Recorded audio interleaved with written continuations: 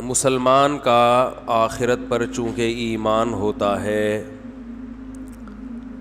اس لیے اس کی 24 گھنٹے کی زندگی اس آخرت کو سامنے رکھ کر گزرتی ہے۔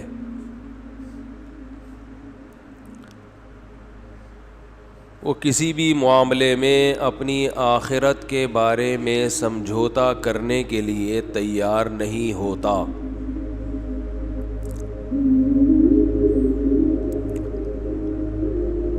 اور جن کا آخرت پر 100% یقین ہوتا ہے، استحضار ہوتا ہے، دماغ میں آخرت سوار رہتی ہے، ایسے مسلمانوں کی پھر 2 قسمیں ہیں۔ ایک وہ، بلکہ 3 قسمیں ہیں۔ ایک وہ جو آخرت کی تیاری میں لگے رہتے ہیں،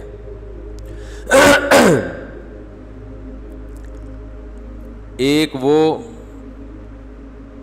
جو آخرت کی تیاری میں لگے تو نہیں رہتے مگر ان کو فکر رہتی ہے، ان سے گناہ اگر ہو جائے تو توبہ کرنے کی فکر، گناہ کی عادت پڑ جائے تو اس بات کی فکر کہ اس گناہ کو چھوڑا کیسے جائے، اس کی فکر میں دن رات گزر رہے ہوتے ہیں۔ اور تیسری قسم کے وہ مسلمان ہیں جن کا آخرت پر سرسری ایمان ہے مگر انہوں نے ابھی تک آخرت کو مقصد نہیں بنایا۔ میجورٹی اسی قسم کے مسلمانوں کی ہے، مقصد نہیں بنایا، بس ایک ہے کہ مرنے کے بعد بھی کچھ ہوتا ہے تو تھوڑا سا صدقہ کر دیا، جمعے کے دن ذرا نہا دھو لیے، کپڑے استری کیے، پہن کے مسجد میں آ گئے، اور رمضان میں روزے رکھ لیتے ہیں، وہ سب رکھ ہی رہے ہوتے ہیں، ایک ماحول بنا ہوا ہوتا ہے۔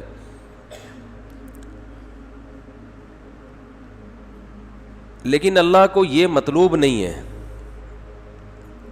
دیکھیں، جن کا آخرت پر سرے سے ایمان ہی نہیں ہے وہ تو بالکل ہی ایک الگ قسم ہے نا، وہ تو مسجدوں میں آتا ہی نہیں ہے، ان تک تو ہم اپنی بات یوٹیوب کے ذریعے پہنچاتے ہیں اور پھر وہ ہمارے بیان میں سے ادھورے کلپ نکال کر اسلام کے خلاف باتیں کرتے ہیں۔ ملحد پر میں بات نہیں کروں گا، بس ایک چھوٹی سی چٹکلا بھی، ایک نیا بیان آیا میرے خلاف کیا، اسلام کے خلاف۔ اس میں یہ مسئلہ بیان کر رہا ہوں کہ طلاق کا حق مرد کے پاس کیوں ہے، عورت کے پاس کیوں نہیں ہے۔ تو اس میں نے یہ بات کی کہ مرد کی ملکیت سے عورت نکلتی ہے، نقصان مرد کا ہے، اور ملکیت کا مطلب بتایا کہ عورت پر مرد کو غلام والی ملکیت نہیں ہوتی کہ جیسے وہ اس کی غلام ہو۔ ملکیت کا مطلب اس کے ماتحت ہوتی ہے، اس کے کنٹرول میں ہوتی ہے، ہر چیز میں نہیں، کچھ چیزوں میں تو آپ کے ماتحت ہے۔ تو اپنے ماتحت کو جب آپ اپنی ملکیت سے میری یہی مراد ہے کہ ماتحتی سے نکالو گے تو نقصان آپ کا ہوگا۔ تو یہ بیان کیا تھا، اس پر مجھے بیان کے دوران یہ خیال ہو رہا تھا کہ ملحد لوگ اس لفظ کو نکالیں گے، ملکیت، ان کو پروپیگنڈے کا موقع ملے گا، اور ایسا ہی ہوا، انہوں نے یہ لفظ نکالا۔ حالانکہ پوری ڈیٹیل آگے پیچھے اس کی میں نے بیان کی ہے۔ اس لفظ کو نکال کے پروپیگنڈا کیا کہ دیکھو اسلام اس کا قائل ہے کہ عورت مرد کی مملوکہ ہوتی ہے، مرد مالک ہے، عورت کیا ہے، اس کی غلام، گویا مملوکہ ہے۔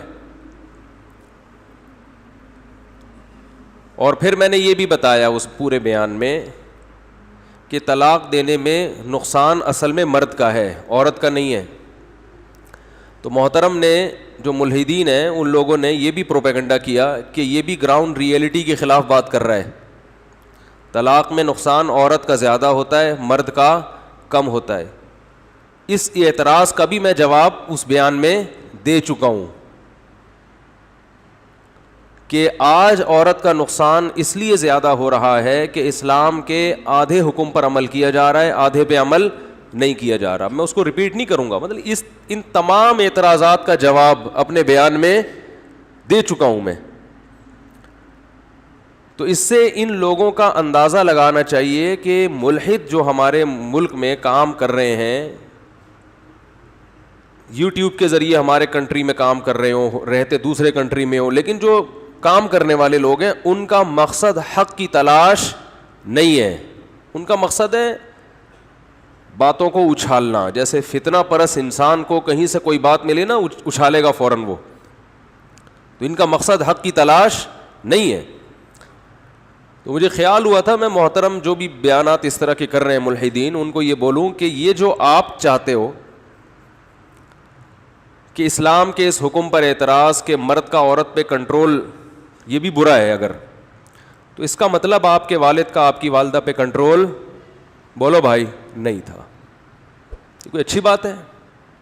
آپ کا اپنی بیگم پہ کنٹرول, بولو, نہیں ہے. اگر یہ اسلام نے جو کہا ہے کہ کنٹرول مرد کا ہوگا, تو یہ کنٹرولنگ پاور بھی اگر جو مرد کو دی ہے یہ غلط کیا ہے, تو اس کا مطلب وہ تمام لوگ بہت نیک ہیں جن کا اپنی بیویوں پہ کنٹرول نہیں ہے. پرس اٹھا کے جہاں جائیں, جس کے ساتھ رات گزاریں, جہاں ٹائم گزاریں, کنٹرول مرد کا نہیں ہونا چاہیے. تو یہ خود اپنی اوقات بتا رہے ہوتے ہیں, اور جب کنٹرول نہیں ہوتا تو پھر اس قسم کی چیزیں پیدا ہوتی ہیں معاشرے میں. تو فطرت کے خلاف, نیچر کے خلاف چلاتے ہیں یہ لوگ, اور اعتراض کس پہ کرتے ہیں؟ اسلام پر. اسلام کو اللہ نے کتنے پیارے انداز میں ڈیفائن کیا, فطرت اللہ التی فطر الناس علیہا. یہ لوگوں کی وہ نیچر ہے جس پر اللہ نے لوگوں کو پیدا کیا ہے. اسی نیچر اور فطرت کا دوسرا نام کیا ہے؟ اسلام ہے. مرد کو اگر عورت پہ کنٹرول نہ دیا جائے تو مرد کو طاقت دینے کا فائدہ کیا ہے؟ پھر اسے پاورفل بنانے کا فائدہ کیا ہے؟ تو نیچر کے مطابق بات کی ہے اسلام نے. تو خیر ٹاپک یہ نہیں ہے. تو میں یہ عرض کر رہا تھا, کیا عرض کر رہا تھا, موضوع تو ہے دماغ میں لیکن بات کہاں پہنچی تھی. ہاں, میں یہ عرض کر رہا تھا کہ جن کا آخرت پر ایمان ہی نہیں ہے وہ تو اسی قسم کی باتیں نکالتے رہتے ہیں. کچرا تھا انسان اور مر کے کچرا ہو کے ختم ہو جائے گا. لیکن جن کا آخرت پر ایمان ہے ان کا لائف اسٹائل دوسروں سے بہت مختلف ہونا چاہیے. جب ہے ایمان تو بھائی پھر یہ کیسا ایمان ہے کہ جمعے کے دن جمعے کی نماز پڑھ لی, اپنا یعنی جو کلچر میں جو چیز آ رہی ہے بس اس کو فالو کیا.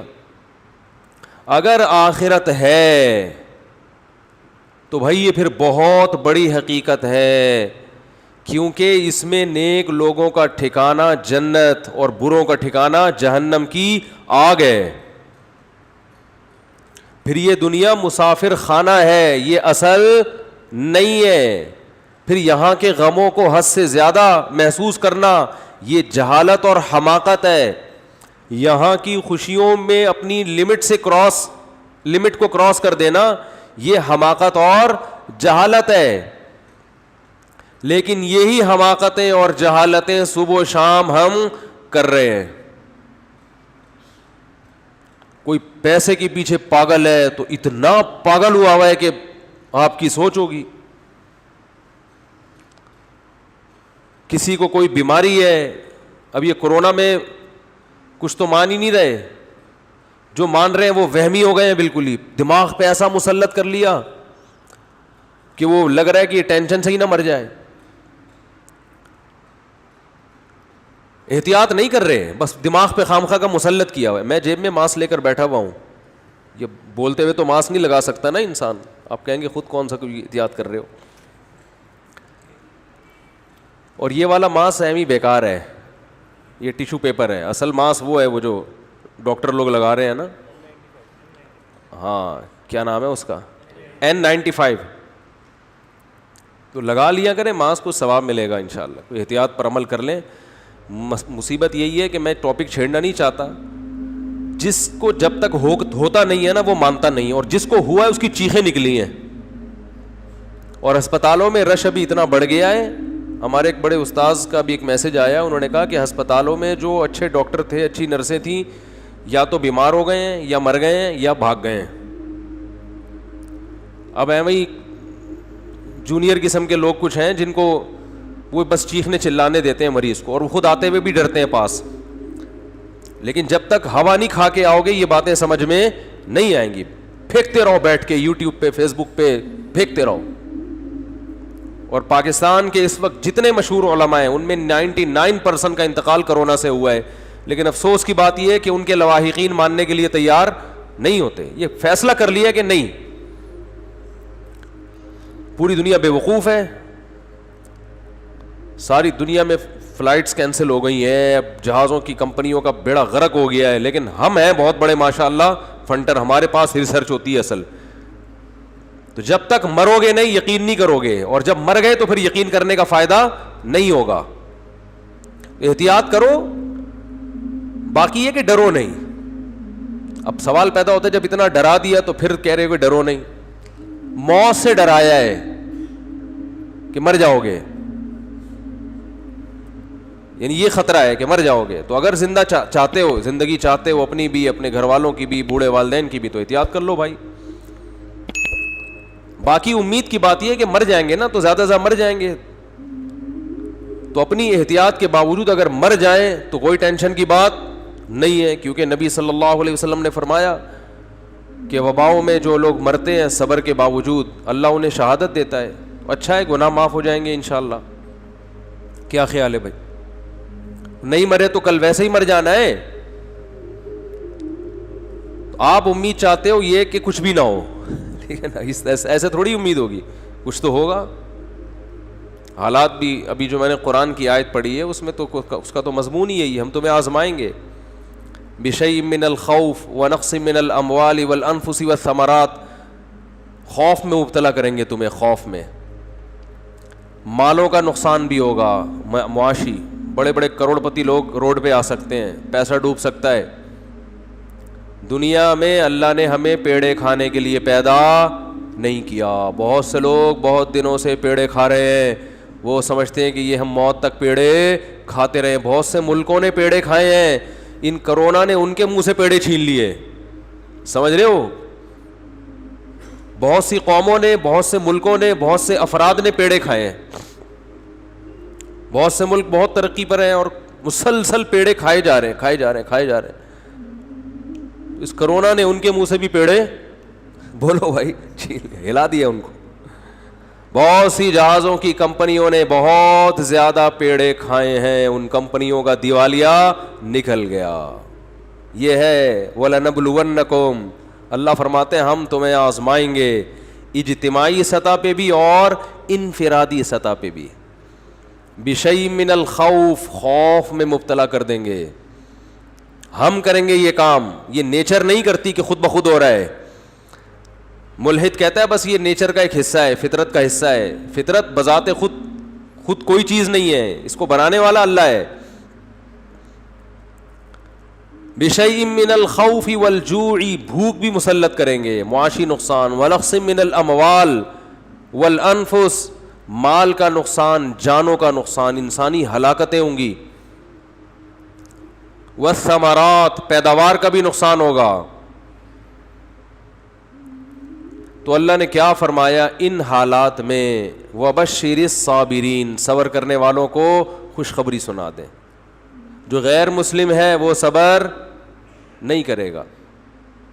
دیکھو غیر مسلم کا جو صبر ہے نا, وہ ان کے جو موٹیویشنل اسپیکر ہیں وہ ان کو سمجھاتے ہیں کہ اس صبر کرنے سے جب تم ٹینشن نہیں لوگے تو ٹینشن نہ لینے سے بیماری کا خطرہ کم ہو جائے گا.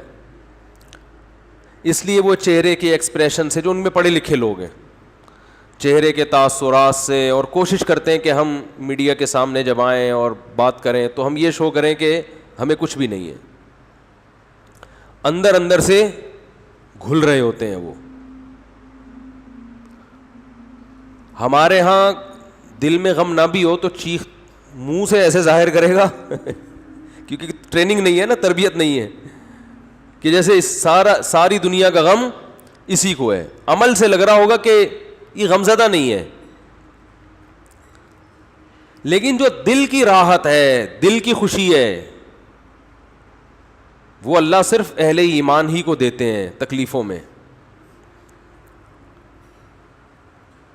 وہ دل کی خوشی کے لیے جو اللہ نے موٹیویشن کی ہے وہ جملہ غیر مسلموں کے پاس نہیں ہے. فرمایا وَبَشِّرِ الصَّابِرِينَ، صبر کرنے والوں کو خوشخبری سنا دیں، خوشخبری جو ان غموں میں صبر کرے گا. یہ صبر کرنے والے کون ہیں؟ اذا اصابتہم مصیبہ، جب انہیں کوئی مصیبت پہنچتی ہے، مالی ٹینشن آ گئی، بے روزگاری ہو گئی، جانی ہلاکتیں ہو گئیں. قالوا، تو یہ جواب میں کہتے ہیں انا للہ، یہ خود سے نہیں ہے، ہم کس کے غلام ہیں؟ اللہ کے. تو مالک کو اجازت ہے کہ وہ اپنے غلام کو آزمائش میں ڈال سکتا ہے. ہم اللہ کے غلام ہیں بھائی، یہ اللہ کے تصرفات ہیں. اتفاقی حادثات پہ انسان ٹینشن لیتا ہے، جو پہلے سے پلاننگ کے تحت ہوں اور اس کی پلاننگ کرنے والا ہمارا رب ہو اور ہم سے محبت کرتا ہو، اس کی طرف سے پریشانی تو ہمیں بنانے کے لیے، ہمیں بگاڑنے کے لیے اور عذاب دینے کے لیے نہیں ہے. انا للہ، ہم اللہ کے غلام ہیں، وَإِنَّا إِلَيْهِ رَاجِعُونَ، اور اسی کی طرف ہم نے لوٹ کر جانا ہے، اسی کی طرف لوٹ کر جانا ہے. کیا مطلب بھائی؟ دنیا مسافر خانہ ہے، یہاں اگر مر گئے تو ہمیشہ کے لیے ختم نہیں ہو رہے. یہاں اگر آپ کو کوئی پریشانی آ رہی ہے اور کوئی آپ کے دکھ درد بانٹنے والا نہیں ہے تو ٹینشن لینے کا نہیں ہے، اس لیے کہ اللہ ہے، وہ دیکھ رہا ہے اس مصیبت میں کہ یہ کیسے صبر کرتا ہے، اور وہ اس مصیبت میں قیامت کے دن اجر دے گا، نوازے گا. وہ ہمارے حضرت مفتی رشید احمد صاحب رحمہ اللہ تعالی ایک بہت زبردست بات بیان کیا کرتے تھے. فرماتے تھے کہ جیسے کسی کو بخار ہو تو یقینی طور پر کہ اس کو بخار ہے بھی یا نہیں ہے، یہ ماتھا گرم ہونے سے پتہ نہیں چلتا. بعض دفعہ دھوپ سے ماتھا گرم ہوتا ہے، چولہے کے قریب کھڑے ہو کر آپ کوئی چائے پکا رہے تھے، ماتھا وقتی طور پر کیا ہو گیا؟ بولو نا، گرم ہو گیا. حقیقت میں اس کو فیور ہے یا نہیں، اس کا تھرمامیٹر سے پتہ چلے گا. منہ میں آپ لگا دیں تھرمامیٹر، تھوڑی دیر بعد نکال کے چیک کریں، تھرمامیٹر غلطی نہیں کرتا عام طور پہ. تو فرمایا کہ کسی کے ظاہری گیٹ اپ کو دیکھ کر، اس کی تسبیحات اور نماز کو دیکھ کر 100% اس کا اندازہ نہیں ہوتا کہ یہ دل سے دیندار ہے یا نہیں ہے، اس کا آخرت پر یقین ہے بھی کہ نہیں ہے. آخرت میں یقین اس کا کتنا ہے، اس کا پتہ اس وقت چلتا ہے جب یہ کسی پریشانی اور غم میں مبتلا ہوتا ہے. اس وقت اس کا ری ایکشن کیا ہوتا ہے، کس طرح سے یہ ری ایکٹ کرتا ہے. اذا مسہ الشر جزوعا ہے کہ شر پہنچا تو ایک دم چیخنا چلانا شور شرابہ، ہائے یہ کیا ہو گیا، ہائے یہ کیا ہو گیا، وہی ایسے چیخ رہے ہیں، پاگل ہو رہے ہیں، میں خودکشی کر لوں گا، میں یہ کر لوں گا، میرے سے نہیں برداشت ہو رہا، یہ اس کا مطلب یہ صرف گیٹ اپ ہے. سمجھ میں آ رہی ہے بات؟ یہ صرف وظیفوں والے ہیں. اور اگر غم میں اور ٹینشن میں انسان کی زبان سے اچھی بات نکلتی ہے، غموں میں، اور میں نے بتایا تھا نا افغانستان میں جو امریکن آرمی آئی ہوئی ہے نا، وہاں سے جو افغانی آتے ہیں بتاتے ہیں کہ جب ان میں کوئی زخمی ہوتا ہے تو بہت چیختے ہیں، یہ بہت چیختے ہیں جیسے پتہ نہیں کیا ہو گیا.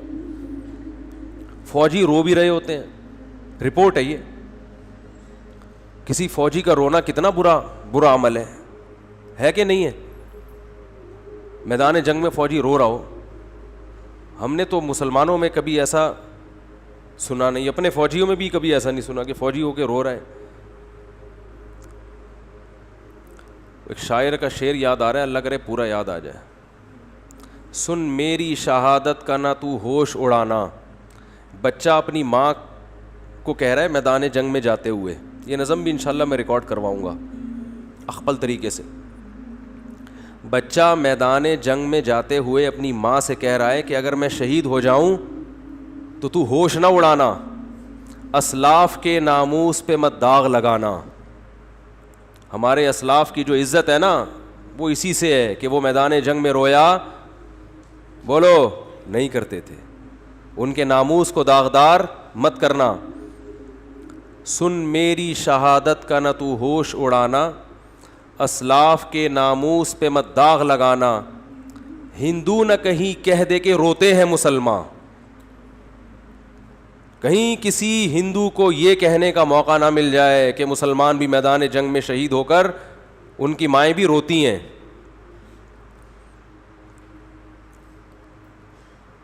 پھر کہتا ہے کٹ جاؤں مقتل میں تو اف تک نہیں کہنا. تو ماں کا اپنے بیٹے کی شہادت پہ رونا یہ برا نہیں ہے, یہ تو محبت کی علامت ہے. رونا تو سنت ہے, واویلا کرنا, چیخنا, چلانا, اور وہ تو ماں ہے نا, چلو وہ تو روئے, چیخے چلائے نہیں. اپنی نواسی کی موت پر ہمارے نبی صلی اللہ علیہ وسلم کی بھی آنکھوں سے آنسو جاری ہوئے. آپ نے فرمایا کہ دل غمزدہ ہے, آنکھیں بہہ رہی ہیں, زبان وہی کہے گی جس پہ ہمارا رب راضی ہوگا. زبان سے وہی کہیں گے جس پہ اللہ کیا ہوگا راضی. آنکھوں پہ کنٹرول نہیں ہے تو رونے پر پابندی نہیں ہے. میدان جنگ میں تو رونا بری بات ہے. تو امریکیوں سے گزارش ہے کہ ہمارے ہاں ٹرکوں کے پیچھے لکھا ہوا ہوتا ہے تپڑ ہے تو پاس کر ورنہ برداشت کر. اس کا انگلش میں ترجمہ کروا کے اپنی پینٹوں کے پیچھے لکھوا لیں گے کہ بھائی جب افغانستان میں آنے کا تپڑ تھا تو آنا چاہیے تھا, پھر رونے کی بات کیا ہے,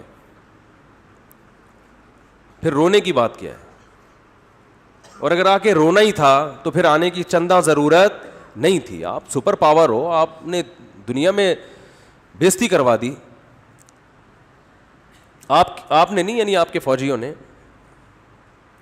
تو ان کو چاہیے کہ ہمارے ہاں ٹرکوں کے پیچھے لکھا ہوتا ہے, اس کا کوئی انگلش میں ترجمہ کروا کے اگر شائع کر دے تو یہ بہت زبردست. ٹرکوں کے پیچھے, رکشوں کے پیچھے جو آپ کو اقوال ملیں گے وہ جمعے کے بیانات میں, اتوار میں نہیں ملیں گے آپ کو. حقیقت بتا رہا ہوں, بڑے سبق آموز باتیں ہوتی ہیں اس میں.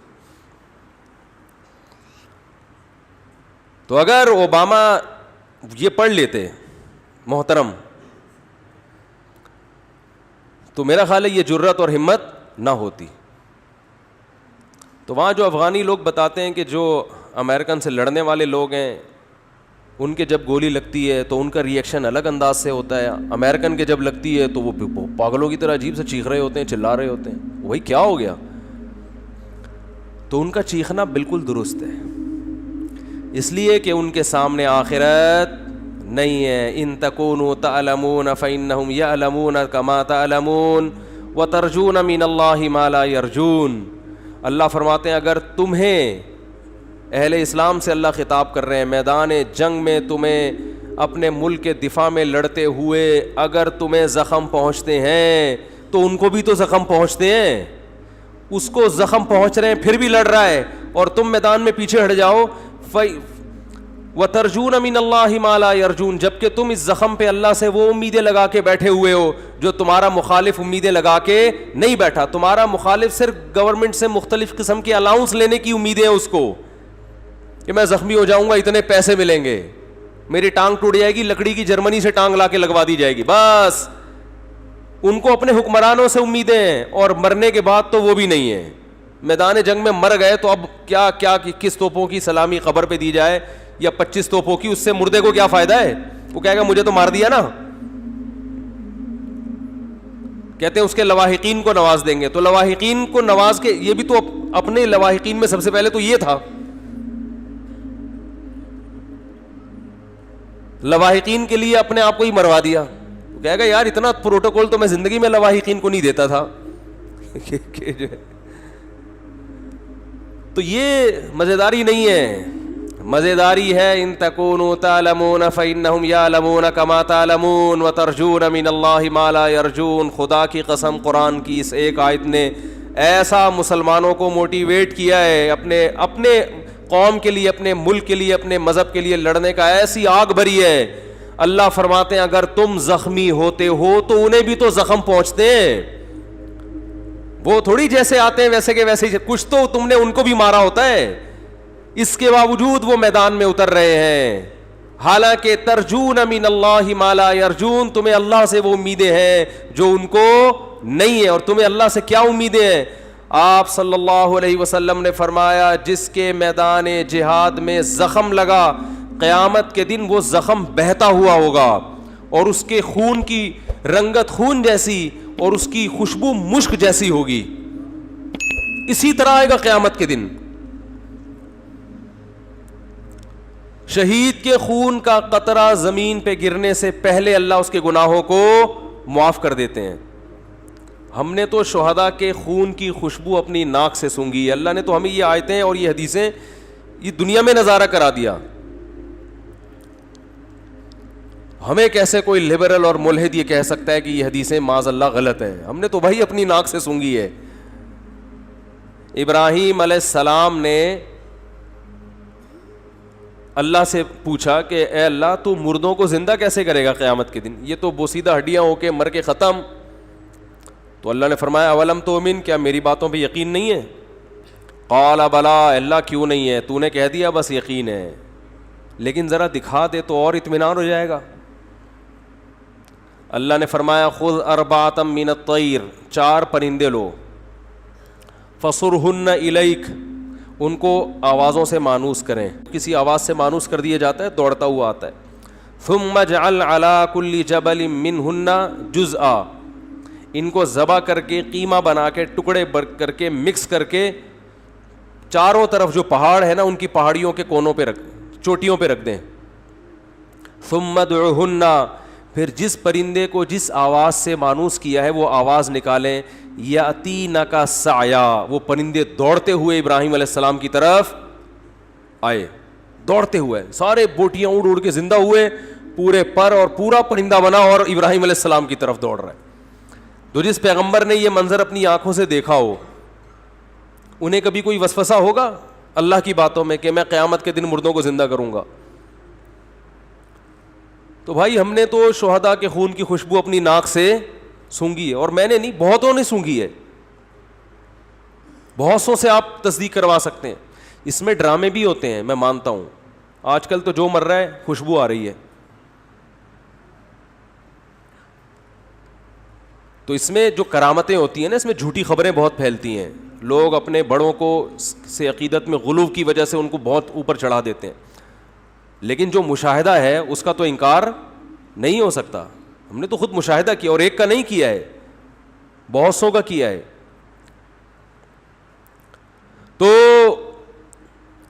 وبشر الصابرین, میں عرض کر رہا تھا کہ تھرمامیٹر کیا ہے کہ جب کوئی پریشانی آتی ہے تو کیا کرتے ہیں؟ صبر. جیلوں میں لوگوں کی زندگیاں گزر گئی, صبر کر رہے ہیں, منہ سے ان کی کبھی ناشکری کا لفظ ادا نہیں ہوتا. بھائی اللہ اسی پہ راضی ہے. آج آپ دیکھیں کسی خاتون کے چھوٹے بچے کا انتقال ہو جائے, کیسا چیختی چلاتی ہیں, ایسا روتی پیٹتی ہیں, ایسا ڈپریشن, ایسی اسٹریس. وہی ہے کہ ہر آدمی بس اس دنیا میں پیڑے کھانے میں لگا ہوا ہے کہ سارے مزے اڑانے ہیں, کوئی ٹینشن نہیں ہو.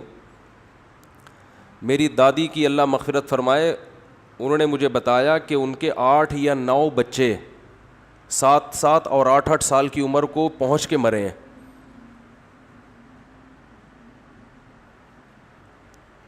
پھر غالباً 3 بچے ان کے بچے تھے, جن میں ایک میرے والد صاحب, تایا اور ایک ہماری پھوپھی تھیں, اللہ تعالیٰ مغفرت فرمائے. ان تینوں کا انتقال ہو گیا, لیکن یہ بچپن میں ہی فوت ہو گئے تھے. ایک دفعہ بتایا کہ ایک بچہ میرا کھیلتا ہوا آیا, 7 یا 8 سال کی عمر تھی. کیسا محبوب ہوتا ہے 7-8 سال کا بچہ ماں باپ کو. آیا ہے, پانی پیا ہے مٹکے سے, گڑھے سے, پانی پیتے ہی زمین پہ گر گیا, انتقال ہو گیا. لیکن ان کا صبر کیسا تھا, بس روتی تھیں ما قدر اللہ، جو اللہ کی طرف سے مقدر ہے. آج ایسے پاگل ہو جاتے ہیں، ایسے بوکھلا جاتے ہیں.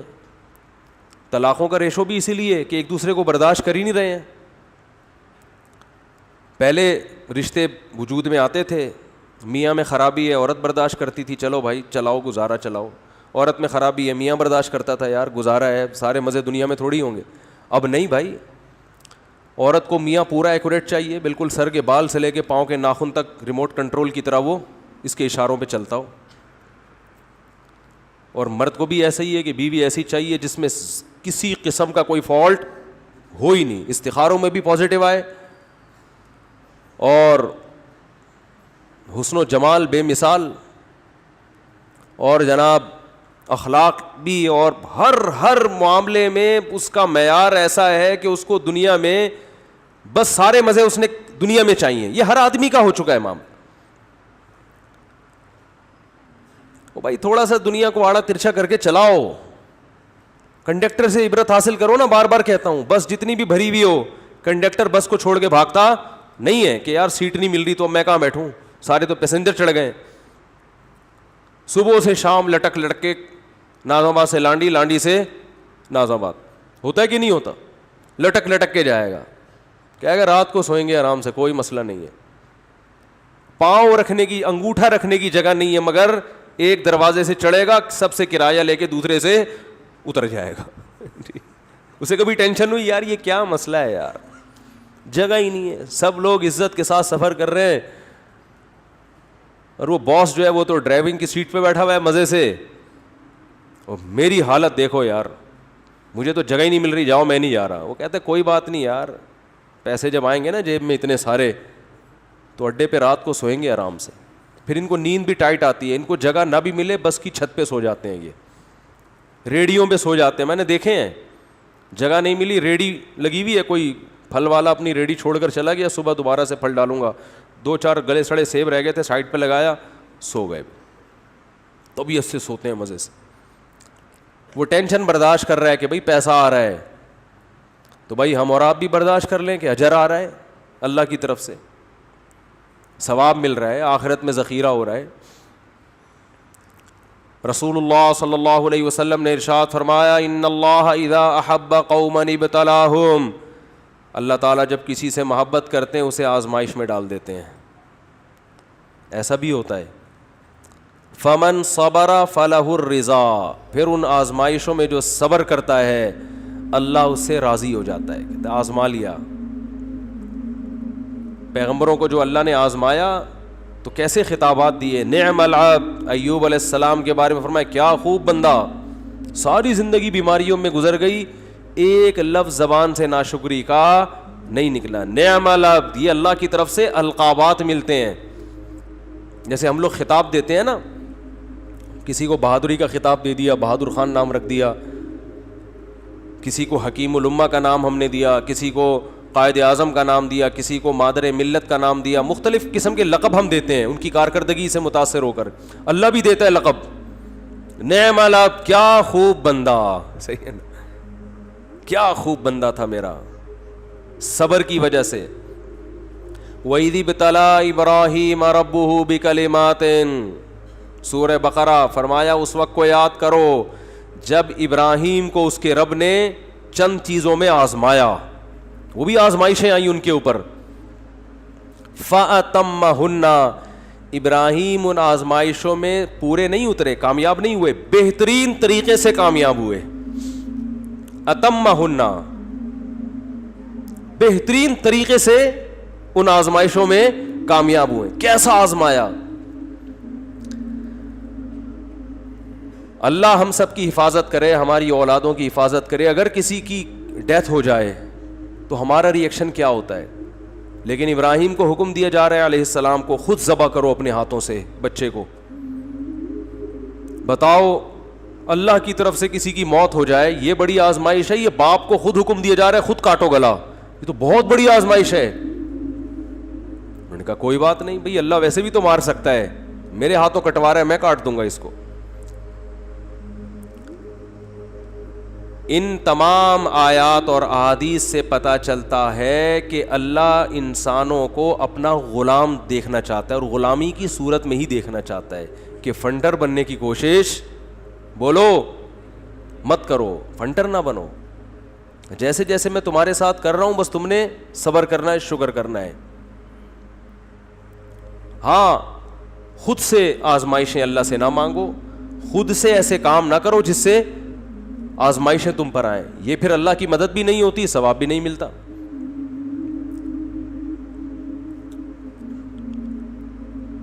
وَلَنَبْلُوَنَّكُمْ فرمایا آزماتے رہیں گے. تو میں عرض کر رہا تھا